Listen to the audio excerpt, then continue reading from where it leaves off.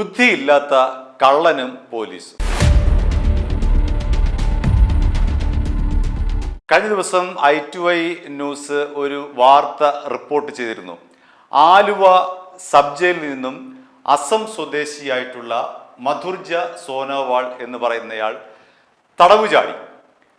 അദ്ദേഹത്തെ പിടിക്കാനായി പോലീസുകാർ ചുറ്റും നടക്കുകയാണ്. പെരുമ്പാവൂർ പോലീസിനാണ് അന്വേഷണ ചുമതല. ഇയാൾ എന്താണ് ചെയ്തതെന്ന് ചോദിച്ചു കഴിഞ്ഞാൽ, ഇടത്തല വ്യവസായ മേഖല കേന്ദ്രീകരിച്ചുകൊണ്ട് ഫോൺ മോഷണമായിരുന്നു ഇയാളുടെ പ്രധാനപ്പെട്ട ഒരു പരിപാടി. അപ്പോൾ ഈ 9 ഫോണുകളാണ് ഇയാൾ മോഷ്ടിച്ചത്. മോഷ്ടിച്ച ഫോണുകൾ ഇയാൾ വിറ്റഴിക്കുന്നത് പെരുമ്പാവൂർ മാർക്കറ്റിലാണ്. അവിടെ ഇഷ്ടംപോലെ അന്യസംസ്ഥാന തൊഴിലാളികളുണ്ട്. ഒരുപക്ഷെ കേരളത്തിൽ ഏറ്റവും കൂടുതൽ അന്യസംസ്ഥാന തൊഴിലാളികളുള്ള ഒരു സ്ഥലം പെരുമ്പാവൂരായിരിക്കും. അപ്പോൾ അവിടെ ഇയാൾ ഈ ഫോൺ വിറ്റുകൊണ്ടിരുന്നു.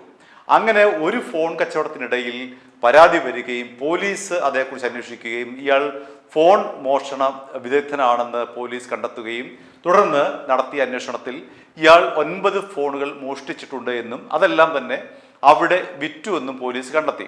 അതിന്റെ അടിസ്ഥാനത്തിൽ ഈ മാസം 23-ാം തീയതി ഇയാളെ അറസ്റ്റ് ചെയ്തു.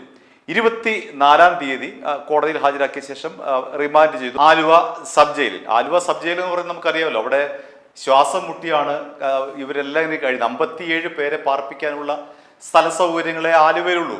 പക്ഷേ 114 പേരാണ് ആ ആലുവ സബ് ജയിലിൽ കഴിയുന്നത്.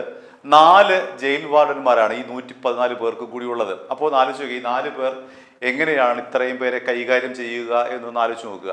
അപ്പോൾ ഈ മധുർ സോനോവാൾ എങ്ങനെയാണ് ജയിലിൽ നിന്ന് രക്ഷപ്പെട്ടത് എന്ന് ചോദിച്ചു കഴിഞ്ഞാൽ, 24-ാം തീയതിയാണ് ഇയാൾ അവിടുന്ന് ചാടിപ്പോകുന്നത്. അപ്പോൾ ആ ജയിലിൽ ഈ തിരുവോണവുമായി ബന്ധപ്പെട്ട ചില അറ്റകുറ്റപ്പണികളൊക്കെ നടത്തുകയായിരുന്നു. അന്യസംസ്ഥാന തൊഴിലാളികൾ വന്നിട്ടാണ് നടത്തുന്നത്.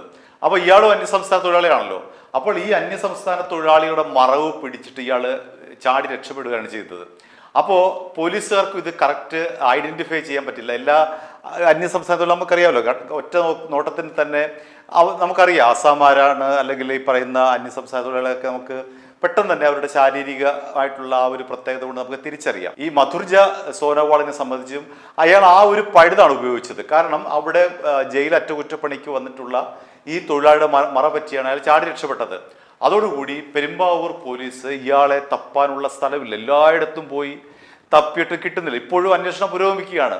അതിനിടയിലാണ് ഒരു വലിയ ട്വിസ്റ്റ് ഉണ്ടായിരിക്കുന്നത്. വലിയൊരു പോലീസിന് നാണക്കേട് എന്ന് പറയുന്ന രീതിയിലുള്ള ഒരു ട്വിസ്റ്റ് ഉണ്ടായിരിക്കുന്നത്. ഇയാള് ഇന്നലെ പോലീസ് സ്റ്റേഷനിൽ എത്തിയിട്ട്, പെരുമ്പാവൂർ പോലീസ് സ്റ്റേഷനിൽ എത്തിയിട്ട്, സാറേ എനിക്കൊരു ആധാർ കാർഡ് ഉണ്ട്, എൻ്റെ ഒരു ആധാർ കാർഡ് നഷ്ടപ്പെട്ടു പോയി, അത് സാറിൻ്റെ ഉണ്ടോ എന്ന് ചോദിച്ചു. ഒന്ന് ആലോചിച്ച് നോക്കുക, പോലീസ് ഇയാളെ അന്വേഷിക്കാനായിട്ട് ചുറ്റും നടക്കുകയാണ് നാട് മുഴുവൻ. അയാൾ ആ പ്രതി തന്നെ പോലീസ് സ്റ്റേഷനിൽ വന്നിട്ട് ചോദിക്കുകയാണ്, എൻ്റെ ആധാർ കാർഡ് എവിടെ, എൻ്റെ ആധാർ കാർഡ് നഷ്ടപ്പെട്ടു പോയി, അത് ഒന്ന് തിരിച്ചു തരാമോ എന്ന് ചോദിച്ചു. അപ്പോൾ പോലീസുകാർക്ക് ഇയാളെ മനസ്സിലായില്ല. പക്ഷെ ഇയാൾക്ക് പോലീസുകാരെ മനസ്സിലായി. കാരണം അവിടെ നിൽക്കുന്ന പോലീസുകാർ എന്ന് പറയുന്നത് ഇയാളെ പിടികൂടിയ പോലീസ്, ആദ്യം ഇടത്തല പോലീസാണ് ഇയാൾ പിടികൂടിയത്. പിടികൂടിയാണ് ഈ പറയുന്ന ഇങ്ങോട്ട് മാറ്റിയത്, പെരുമ്പാവൂരിലേക്ക് മാറ്റിയത്. അപ്പോൾ അവിടെയാണല്ലോ ഈ പറയുന്ന കുറ്റകൃത്യം. പെരുമ്പാവൂർ വെച്ചാണ് ഇയാൾ ഈ മൊബൈൽ വിറ്റ സ്ഥലം പെരുമ്പാവൂരാണ്.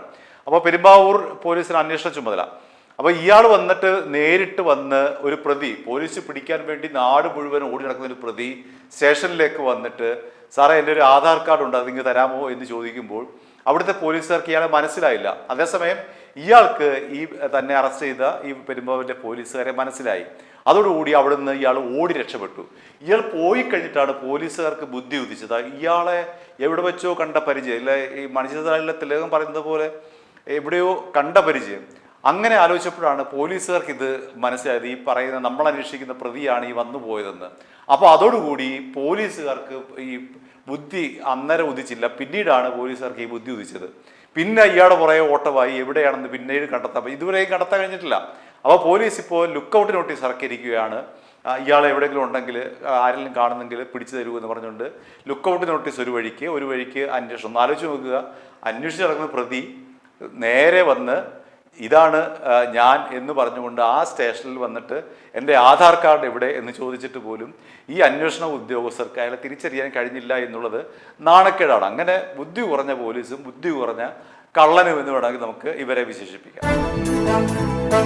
i2i News, an eye for truth.